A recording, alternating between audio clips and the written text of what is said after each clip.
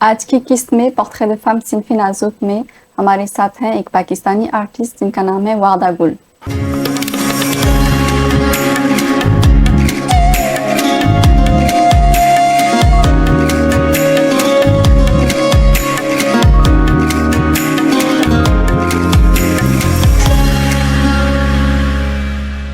अस्सलाम वालेकुम नाज़रीन, मैं हूँ आपकी मेज़बान फ़रवा और आज मैं आपको तारुफ़ कराऊँगी एक पाकिस्तानी आर्टिस्ट जिनका नाम है वादा गुल, जो बहुत काफ़ी खूबसूरत काम करती हैं। खुशामदीद आपको वादा यहाँ पे। merci। सबसे पहले वादा के बारे में मैं आपको कुछ मालूमात बताऊँगी, फिर हमारी गुफ्तगू होएगी उनके फ़न के बारे में और फिर हम उनके जो नए प्रोजेक्ट हैं उनके बारे में भी हम थोड़ी सी गुफ्तगू भी करेंगे। तो सबसे पहले मैं आपको बताना चाहती हूँ कि वादा पाकिस्तान में पैदा हुई हैं और वहाँ पे ही बड़ी हुई हैं, ख़ास तौर पे लाहौर शहर में, तो वो लाहौर से हैं। उन्होंने सबसे पहले स्टडीज़ में आर्किटेक्चर चूज़ किया था और बाद में फिर वो फ़न की तरफ आई हैं। उनकी studies Punjab university college of arts and design हुई लाहौर में। 2018 में उन्होंने मास्टर्स किए हैं और बाद में वो थीसिस करना चाहती थी लेकिन फ़िलहाल अभी वो कर नहीं पाई। इसके बाद उन्होंने थोड़े कुछ अरसे काम किया है, पहले एक प्राइवेट फर्म में एज जूनियर आर्किटेक्ट और बाद में उन्होंने इंफ्रास्ट्रक्चर डेवलपमेंट अथॉरिटी पंजाब में 2 साल काम किया है, जो कि गवर्नमेंट के साथ उनका राब्ता था। इसके बाद वो 2020 में यहाँ पे फ्रांस आई हैं। यहाँ पे उन्होंने बनाया है आर्टिज़ानल प्रोडक्ट्स एट वादा गुल आर्ट्स, उनके बारे में हम काफ़ी गुफ्तगू करेंगे। जब वो यहाँ पे फ्रांस में आई थी उस वक़्त कोविड का टाइम था और फिर 2024 में उन्होंने काफ़ी पब्लिक एग्जीबिशन की हैं अपने काम की, तो इसके बारे में भी हम डिटेल से उनसे पूछेंगे। तो उनका जो सबसे अहम मकसद है अपने काम के ज़रिए और जो भी आर्ट वो करती हैं वो ये है कि वो अपनी पाकिस्तानी शनाख्त और सकाफ़त के साथ जुड़ी रहना चाहती हैं और अपने काम के ज़रिए वो दूसरों तक ये शनाख्त और सकाफ़त पहुंचाना चाहती हैं। ख़ास तौर पे ऑब्वियसली हमारी फ्रेंच और पाकिस्तानी यहाँ पे जो कम्युनिटी है उनको और ज़्यादातर जो नौजवान भी हैं उनकी तरफ। तो आपने काफ़ी काम किए, काफ़ी चीज़ें की हैं। मैं भी काफ़ी जब से आपको जानती हूँ मैं आपका काम देख रही हूँ जो काफ़ी मुख्तलिफ होता है। तो हम पहले शुरुआत से ही शुरू करेंगे आपकी स्टडीज़ के बारे में। तो मैं आपसे पूछना चाहती थी कि आपने आर्किटेक्चर क्यों और कैसे चूज़ किया? आपको कैसे आया ख्याल में कि आप ये वाला लें और कोई और नहीं स्टडीज़ करें? क्योंकि मैं बचपन से ही ड्राइंग आर्ट्स की तरफ मेरा बहुत रुझान था, जिसमें मैं एक फ़ख्र से कह सकती हूँ कि मेरी खाला का बहुत बड़ा हाथ है। अच्छा। मेरी इंस्पिरेशन थी, उन्होंने मुझे शुरू से कहा और हमेशा स्कूल्स में हैंडीक्राफ्ट आर्ट्स क्राफ्ट्स कंपटीशन में पार्ट लेना आगे आगे होके, तो मुझे शुरू से ही लगता था कि मैंने इधर ही जाना है, इसी डायरेक्शन में। फिर जैसे जैसे बड़ी होती गई एक्सप्लोर करती गई कि क्या क्या फील्ड्स होती हैं। फिर जब फाइनल मोमेंट आया यूनिवर्सिटी में जाने से पहले, तो मैंने डिफरेंट कैटेगरीज को मैं डिवाइड किया डिसिप्लिन्स को और फिर उसके बाद आई चूज आर्किटेक्चर। फिर मैंने हर जगह आर्किटेक्चर के लिए अप्लाई किया। ओके, हाँ, तो शुरू से ही आपको ये था कि आपने किसी कुछ ना कुछ आर्ट्स के शोबे में ही जाना था मैंने। तो आप हमें थोड़ा सा बताएं, क्योंकि यहाँ पे तो हम फ्रांस की एजुकेशन का पता हमें होता है, स्टडीज़ का भी। पाकिस्तान का हमें इतना नहीं मालूम होता, तो वहाँ का कैसे तजुर्बा होता है? जो तालिब इल्म होते हैं उनका कैसे, क्या अलग है थोड़ा यहाँ से, या क्या बता सकते हैं आप इस बारे में? पाकिस्तान में जिस तरह यहाँ पे लेवल्स होते हैं, वहाँ पे मैट्रिकुलेशन होता है, लेकिन अब वहाँ पे भी OA लेवल्स का कॉन्सेप्ट ज़्यादा इन हो रहा है। फिर उसके बाद आप कॉलेज में जाते हो। कॉलेज में आपके पास ऑप्शंस होते हैं इंटरमीडिएट स्टडीज़ के, फिर आप उसमें मैथ्स या बायोलॉजी, आपने कौन सी इंजीनियरिंग लेनी है, बायोलॉजी लेनी है, कंप्यूटर साइंस लेनी है, 3 डिसिप्लिन्स में डिवाइडेड होता है। फिर उसके बाद और आर्ट्स भी होता है। फिर उसके बाद आपका यूनिवर्सिटी आती है। यूनिवर्सिटी में जाने से पहले आपको एक एंट्रेंस टेस्ट देना पड़ता है। उस एंट्रेंस टेस्ट की बेस पे आपको आगे एडमिशन्स मिलते हैं। वेदर आपने आर्ट्स के शोबे में जाना है, आपने मेडिकल में जाना है, आपने इंजीनियरिंग करनी है, तो आपको उन पर्टिकुलर डिसिप्लिन्स के टेस्ट देने पड़ते हैं, एंट्रेंस टेस्ट होते हैं। फिर उसके बाद आपको एडमिशन मिलता है आपके GPA पे, आपके मार्क्स पे। परसेंटाइल पे डिपेंड कर। ओके, तो काफ़ी अलग भी लगता है और मिलता जुलता भी है, जैसे यहाँ पे भी स्ट्रेटजीज होती हैं। तो हम आगे बढ़ते हैं। इसके बाद आप फ्रांस में आई हैं, तो मैं आपसे पूछना चाहती थी कि फ्रांस में आना क्या मुश्किल था आपके लिए? कैसे आपके उस वक़्त फिर ख़्यालात थे फ्रांस के बारे में? क्या आप कुछ जानती थी, नहीं जानती थी, बिल्कुल आपके लिए नया था? कैसा हुआ ये सब कुछ? जिस तरह मेरी शादी हुई और फिर मुझे फ्रांस आना पड़ा, मैं पाकिस्तान में जॉब कर रही थी, सब कुछ हो रहा था, मेरा कॉन्ट्रैक्ट ख़त्म हुआ और फिर मैं इधर आ गई। अब यहाँ आते साथ सबसे पहले तो मुझे कोविड ने वेलकम किया बहुत अच्छा, लॉकडाउन ने। मैं सोच के कुछ आई थी लेकिन यहाँ हो कुछ गया, तो वो एक सारा पर्सपेक्टिव ही बदल गया कि मैंने ये सोचा था कि फ्रांस जाएंगे, जिस तरह सब औरतें यहाँ पे आती हैं शादी के बाद, लैंग्वेज सीखती हैं, फिर उसके बाद आगे जिसने जो जो सिलेक्ट करना होता है वो कर लेती है।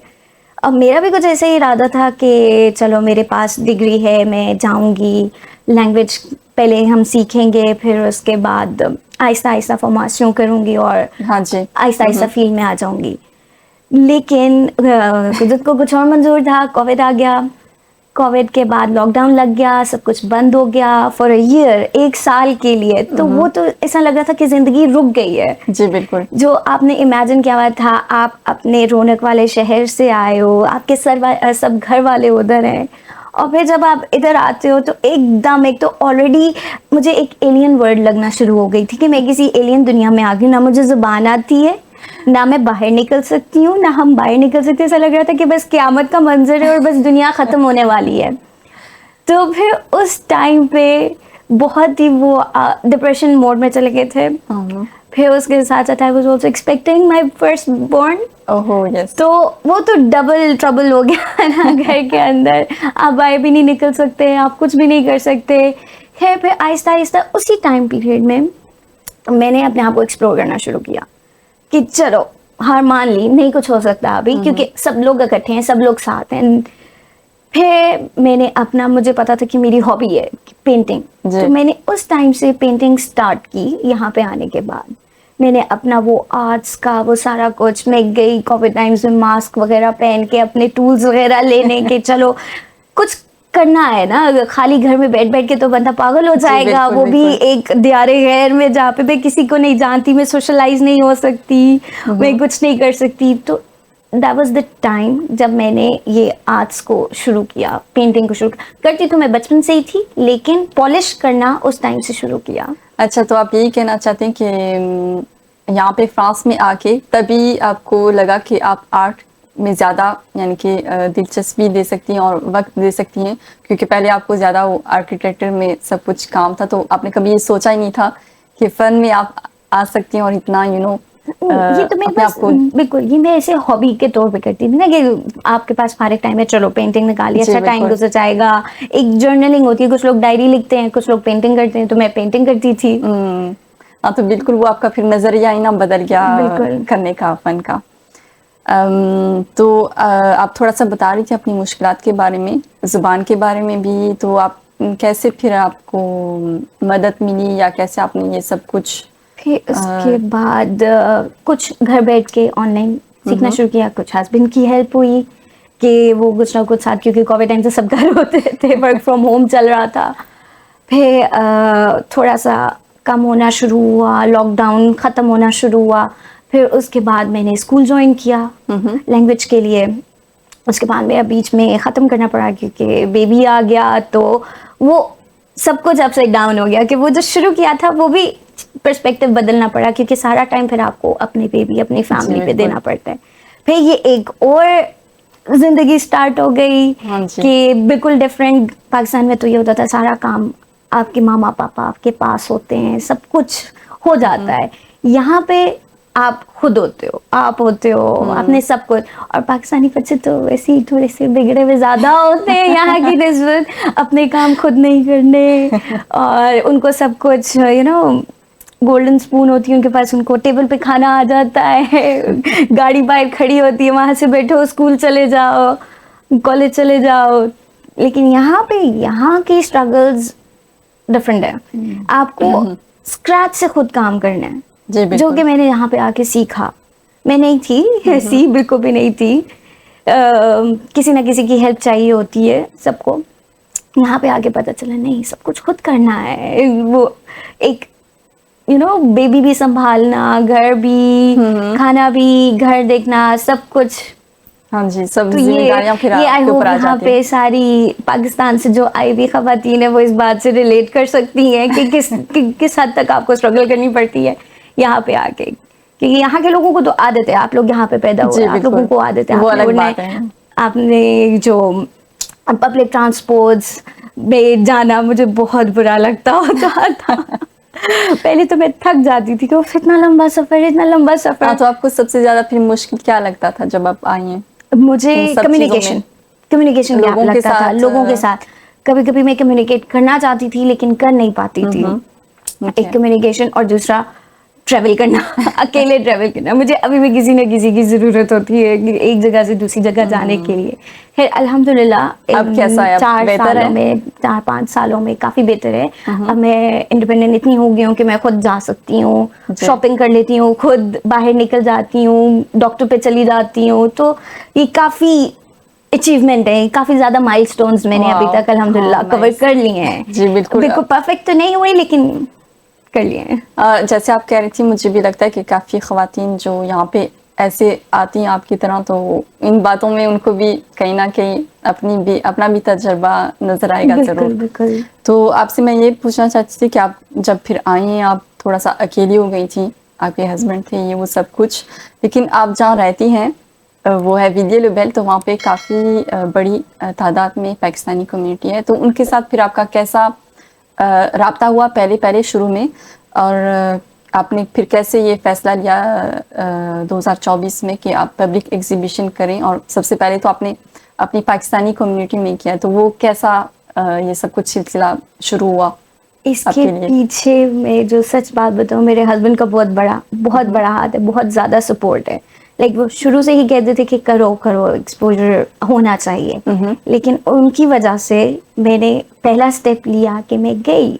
लाइक कोई मुझे जानता नहीं, किसी को पता नहीं मेरे बारे में, तो कोई कैसे, बस लाइक कि जाओ, लोग देखेंगे, आपका काम बोलता है ना, जी बिल्कुल। आपका काम बोलेगा, लोग देखेंगे। अभी कोई इधर लगाता भी नहीं है इस तरह की चीजें।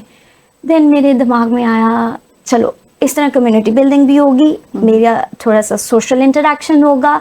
वो जो मैं अपने एक बबल में रह रही हूँ, उस बबल से मैं निकलूंगी और लोगों के साथ इंटरेक्ट करूंगी, और इस तरह मेरे काम को भी लोगों को देखने का मौका मिलेगा। हॉबी साथ साथ चलेगी, मेरी हॉबी बेसिकली पैशन में कन्वर्ट हो गई है। जी बिल्कुल। तो मैं भी आपको बता दूं कि मेरी मुलाकात वादा से ऐसे ही हुई थी कि एक पाकिस्तानी इवेंट था, अब मुझे याद नहीं कौन सा था, तारीख मुझे अब याद नहीं, लेकिन ये वाहिद थी जिन्होंने अपने स्टॉल में आर्ट लगाया था। और पहली दफ़ा मैंने देखा था कुछ ऐसे इवेंट में, क्योंकि आमतौर पे हम हमेशा कपड़े देखते हैं, खाने देखते हैं, ज्वेलरी, ऐसी चीज़ें, लेकिन पहली दफ़ा मैंने देखा किसी ने आर्ट लगाया, तो वो फिर मुझे बहुत दिलचस्पी हुई। तो ऐसे मेरी बातचीत हुई इनके साथ। तो मैं मानती हूँ कि आप जैसे कहते हैं ना कि सबसे पहले कोई जो काम करता है ना, काम में शुरुआत जो करता है, तो मेरे लिए तो वादा है जो आर्ट के ज़रिए ना उन्होंने ऐसे इवेंट में आई हैं, तो दिखाया कि सिर्फ कपड़े ही नहीं, सिर्फ ज्वेलरी और खाने भी नहीं, पाकिस्तानी सकाफत में भी ना आर्ट भी हो सकता है। और वैसे आप देख सकते हैं, हमने यहाँ पे रखे हैं कुछ उनके काम, और मुझे तो काफ़ी पसंद है। और मुझे पता है कि इंस्टाग्राम पे जो आपका है वादा गुल आ, यहाँ पे लोगो भी आ गया है, काफ़ी लोग आपको फॉलो करते हैं, आपके काम को पसंद करते हैं और सपोर्ट देते हैं। तो वो कैसा आपको, उसका क्या था पीछे तजुर्बा आपका? ये कैसे शुरू में ही हुआ आपको, यानी कि आपको साथ दिया गया कि आपको थोड़ा मुश्किल हुआ, आपको ज़्यादा विजिबिलिटी थी, कैसे वो हुआ? शुरू में तो बिल्कुल विजिबिलिटी नहीं थी, ठीक है। मैंने 2022 में बेसिकली स्टार्ट किया था इंस्टाग्राम मेरा। 2022 में मैंने अपना इंस्टाग्राम पे अपलोड किया। 1-2 लोग आए, उन्होंने पसंद किया, अप्रिशिएट किया कि नहीं करना चाहिए करना चाहिए।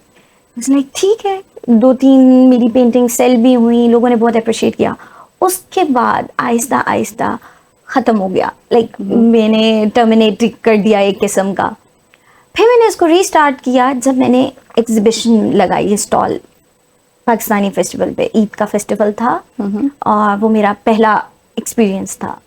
उस पे मैंने लोगों को मुतारिफ कराया कि ये मेरा पेज है, ये आर्ट पेज है। मैं बेसिकली टोट बैग्स वहाँ पे सेल करती थी, टोट बैग्स के ऊपर पेंटिंग शुरू में टोट बैग्स और पेंटिंग से स्टार्ट किया था मैंने कि चलो वेरिएबल आर्ट के तौर पे, पेंटिंग तो सब लोग नहीं खरीद सकते लेकिन टोट बैग्स तो वेरिएबल होते हैं, तो लोग उसको शायद एज अ आर्टिसनल प्रोडक्ट वो खरीद सकते हैं। वहाँ पे उसके बाद मुझे एक्सपोजर मिलना शुरू हुआ, लोगों ने पसंद किया, फिर इस तरह आहिस्ता आहिस्ता आहिस्ता लगाते मेरा फिर विजिबिलिटी जो है वो थोड़ी सी इन्हांस होना शुरू हुई थी। लाइक शुरू में इट वाज लाइक मैं तो उस पॉइंट पे आ गई थी, नहीं कुछ भी नहीं हो रहा, लेकिन आहिस्ता आहिस्ता लगाने से बार बार लोगों को विजिबिलिटी होना शुरू हुई। और मेरा जो आर्ट्स है it's flexible, it's not confined to सिर्फ पेंटिंग्स नहीं है, मैं किसी भी चीज़ को कैनवस बना लेती हूँ। कभी मेरे पास कीरिंग आ जाए, मैं उसको कैनवस के तौर पर पेंटिंग करना शुरू कर दूंगी, बुक मार्क्स को पेंटिंग करना शुरू कर दूंगी। तो मुझे बस एक कैनवस चाहिए, एक मीडियम चाहिए जिसके ऊपर मैं अपना आर्ट जो है वो ट्रांसफ़र कर सकूँ। हाँ, ये तो मैं खुद भी देखती हूँ जब आप कुछ भी शेयर करती हैं कि काफ़ी अलग अलग आपकी चीज़ें हमेशा होती हैं। सेम कुछ होते हैं जो सेम ही करते रहते हैं, लेकिन आपका हमेशा मैं देखती हूँ कि मुख्तलिफ आप चीज़ें कोशिश करती हैं करने की। तो इसके पीछे आपकी क्या होती है इंस्पिरेशन? इंस्पिरेशन ये होती है कि मैं अपने आर्ट को इस तरह करना चाहती हूँ कि ये वेरिएबल हो जाए। हर एक को पेंटिंग्स नहीं पसंद आती, हर कोई पेंटिंग्स का मकसद नहीं समझ सकता। जी बिल्कुल। तो मेरी कोशिश ये होती है कि अगर मैं एक स्टॉल लगा रही हूँ तो लोग आए तो लोग कुछ खरीद के भी जाएं, मर्चेंडाइजिंग भी हो साथ में। तो वो मैंने पेंटिंग्स के साथ साथ दूसरी चीज़ों को भी इंट्रोड्यूस कराना शुरू किया कि लोगों को जिस चीज़ में इंटरेस्ट है वो उस चीज़ को ले सकें। तो जब आपने स्टॉल लगाने शुरू किए और इवेंट्स, ऐसे पाकिस्तानी इवेंट्स में जब आप गई हैं, तो आपको फिर लोगों के क्या होते थे, कैसी रिएक्शन होती थी, क्या बातें फिर आपको करते थे जब आपका देखते थे आर्ट सब कुछ? शुरू में आते थे, अप्रिशिएट करते थे, चले जाते थे। लाइक वो कॉन्सेप्ट नहीं था ना जो मैंने यहाँ आके ऑब्जर्व किया कि लोगों का फोकस सिर्फ खाने और कपड़ों पे ही होता है। बाकी चीज़ों को वो अप्रिशिएट ज़रूर करेंगे लेकिन उस तरह से उसको अडॉप्ट नहीं किया सबने। वो मैं वही बात बता रही थी क्योंकि वो यहाँ पे अभी आदत ही ऐसी है ना कि कपड़े और खाने ज़्यादातर आगे लाएं, और आप अकेली थी ना इसमें, इस काम को शुरू करने में। तो फिर वो अभी लोगों को पता भी नहीं था कि ऐसी चीज़ें हो सकती हैं। तो अब तो आई थिंक काफ़ी फ़र्क हो गया होगा, अभी काफ़ी लोग आते होंगे, बिल्कुल खरीदते भी होंगे। बिल्कुल, अब आते हैं लोग, वो देख जाते हैं, फिर जब उनको ऑर्डर चाहिए होता है वो मुझे कमांड कर देते हैं इंस्टाग्राम पे, फिर उसके बाद में उनका ऑर्डर रेडी कर देती हूँ। डिपेंड्स, कुछ मुझे दुबई से भी ऑर्डर्स आए, विद इन द फ्रांस की बाउंड्री में भी एक तो इस तरह इंटरनेशनल ऑर्डर्स भी मैंने स्टार्ट कर दिए हैं पेंटिंग्स के। ये तो बहुत अच्छा है। तो मेरा एक सवाल आपसे था जो मैं बहुत आपसे पूछना चाहती हूँ, वो ये है क्योंकि आप थोड़े साल से यहाँ पे आई हैं, फ्रांस आपके लिए नया है, यहाँ पे फ्रेंच पाकिस्तानी कम्युनिटी सब कुछ आपके लिए नया है। तो आपका क्या नज़रिया है, क्योंकि आप काफ़ी इवेंट्स में जाती हैं तो पाकिस्तानी कम्युनिटी को आप जानती हैं, क्योंकि अक्सर आप जाती रहती हैं इवेंट्स पे, उनके साथ आपके ताल्लुकात भी हैं, बातचीत भी है।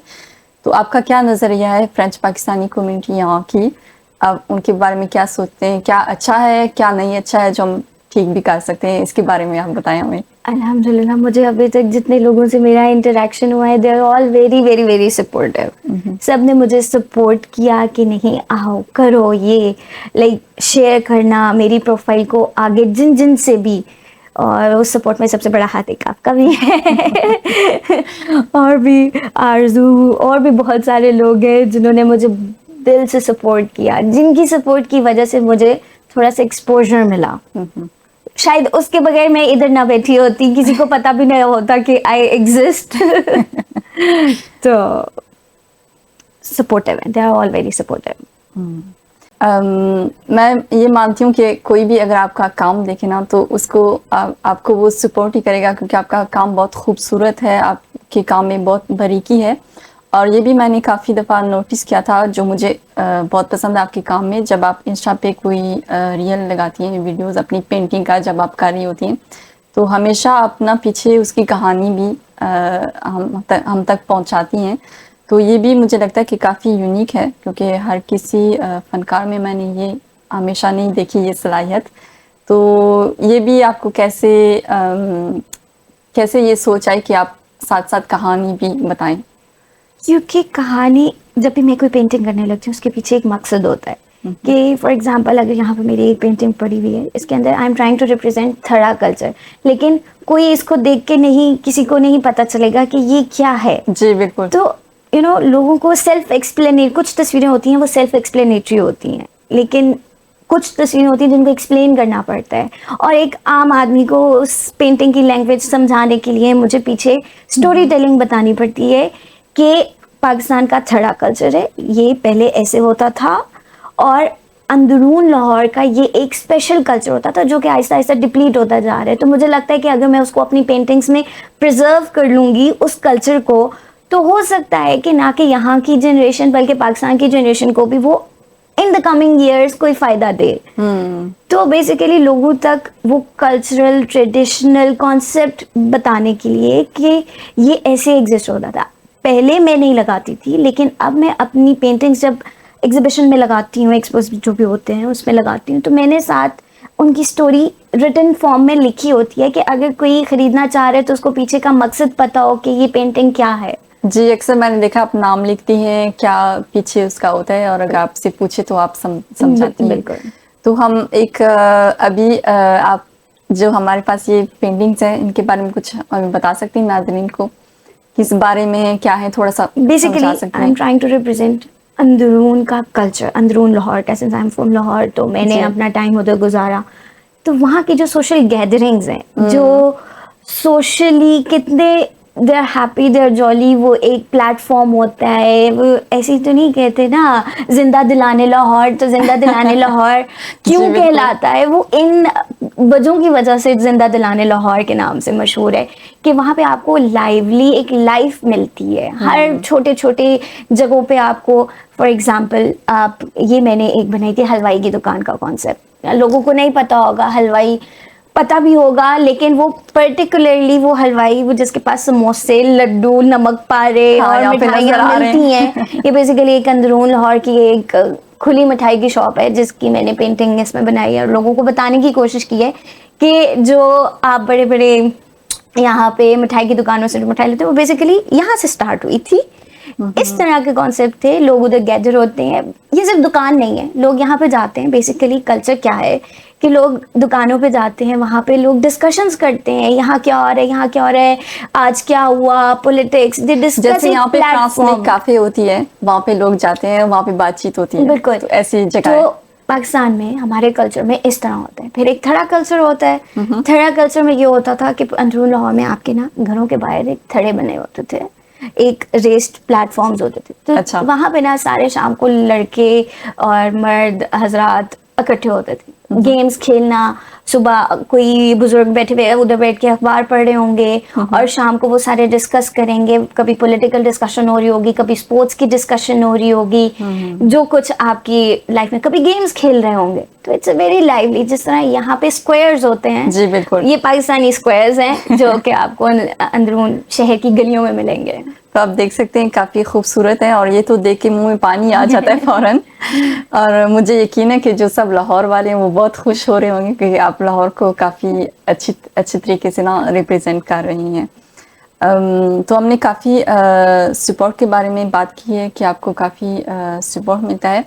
तो क्योंकि मेरा जो ज़्यादा फोकस है वो औरतों पे है, तो उनके बारे में आपको काफ़ी मिला है, फिर सपोर्ट मिला है। कैसे आपके ताल्लुकात रहे हैं पाकिस्तानी जो यहाँ पे हमारी कम्युनिटी की औरतें हैं, और उनके बारे में भी आप क्या सोचते हैं, जो वो काम करती हैं, जो वो कोशिश करती हैं, सब कुछ इवेंट्स जो भी करना चाहती हैं? बिल्कुल, बहुत टैलेंटेड है, जिनमें से मैं कुछ को जानती हूँ। सच अ टैलेंटेड, जिस तरह हमारी एक फिल्म मेकर भी हैं अनवा, उनको जानती हूँ जो यहाँ पे आई थी।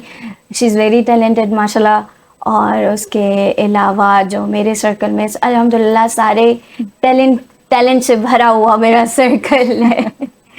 कोई पोइटिस है, कोई लिटरेचर में है, कोई सोशल वर्कर है, तो बहुत टैलेंट है and they are all very helping, और वो खुद भी अपने अपने प्रोफेशंस में एक्सेल कर रही हैं। मेरा ये मानना है और यही मेरा मकसद है इस प्रोग्राम को बनाने के लिए कि हमारी फ्रेंच औरतें, पाकिस्तानी फ्रेंच जो औरतें यहाँ पे रहती हैं वो काफ़ी, जैसे आप कह रही हैं, टैलेंटेड है, लेकिन मुझे ऐसा लगता है कि उनको ज़्यादा आगे विजिबिलिटी नहीं मिलती, उनको ज़्यादा सपोर्ट नहीं मिलता। औरतों का तो मिल जाता है क्योंकि हम एक दूसरे का साथ ज़रूर देते हैं, लेकिन मुझे लगता है कि कभी कभी मर्दों का हमें इतना साथ नहीं मिलता या इतना हमें वैल्यू नहीं मिलती जितना कि कभी कभी कोई मर्द काम कर सकता है। तो आप क्या सोचते हैं इसके बारे में कि या ये है आपने फील किया है खुद कि नहीं? मेरे केस में क्योंकि मेरे हस्बैंड ने बहुत सपोर्ट किया है, तो उसके लिए आपकी फैमिली का सपोर्टिव होना, आपके सराउंडिंग में, आपके मेल डोमिनेंट सोसाइटी में उनका सपोर्टिव होना बहुत ज़रूरी है। अगर आपके पास उनकी सपोर्ट है ना, तो आप टू भी सर कर सकते हैं, टू बी ऑनेस्ट, उनकी सपोर्ट के साथ। लेकिन हमारी जो औरतें हैं, they are all very powerful and young and strong, कि अल्हम्दुलिल्लाह despite of all the hurdles they are achieving milestones. हाँ, तो आपका जो, उसके लिए मैं यही कहूँगी कि आपके पास जो टैलेंट है ना, उसको आप जंग ना लगने दें, उसको पॉलिश करते रहें। चाहे वो कुकिंग का टैलेंट है, ज़रूरी नहीं है कि आप बाहर निकल के ही काम करें। जी बिल्कुल, बिल्कुल ज़रूरी नहीं है। आप घर के अंदर बैठ के भी आप कोई एंटरप्रेन्योरशिप शुरू कर सकते हैं, आप कोई स्मॉल बिजनेस शुरू कर सकते हैं, जो आपके पास टैलेंट है उसको आगे लेके जाके। तो आप क्या कहना चाहती हैं जो औरतें होंगी जो कोई काम करना चाहती हैं, कोई भी फन भी हो सकता है या कुछ भी हो सकता है, लेकिन किसी भी वजह से वो खौफज़दा हैं या वो कर नहीं पा सकती, तो आप क्या उनको क्या कहेंगी हिम्मत देने के लिए? डर के आगे जीत है, यही कहूँगी कि जब तक आप अपना वो डर ख़त्म नहीं कर देंगे ना, व्हाटएवर द हर्डल्स आर, हर एक की हर्डल्स डिफरेंट होती हैं, हर एक के लिए वो करना, अचीव करना कभी कभी मुमकिन नहीं होता जिस तरह कुछ लोगों के लिए होता है। लेकिन फिर भी आपको कोशिश करनी चाहिए, कोशिश करते रहना चाहिए। आप बाहर नहीं निकल सकते, आप घर में रह के कुछ शुरू कर लो। सो यही एक टिप है अपने आप को एम्पावर्ड बनाने के लिए, कि जैसा इन माय केस, शुरू में मुझे फ्रेंच नहीं आती थी, तो मैंने घर से ही स्टार्ट किया, मैंने सोशल मीडिया प्लेटफॉर्म से ही स्टार्ट किया। अच्छा, तो एक आखिरी मैं आपसे सवाल करूँगी, वो ज़्यादा आम है, वो आप क्या पैगाम देना चाहती हैं जो सब नाज़रीन हमें देख रहे हैं, चाहे औरतें हैं, जो भी मर्द, आई होप वो भी देख रहे हैं, तो आपका क्या पैगाम होएगा सबके लिए? सबके लिए मेरा यही पैगाम है कि keep doing, never stop, do it, don't quit, keep doing. One day आपको वो मिल जाएगा जो आप चाहते हो, बस never give up. That is what I have learn.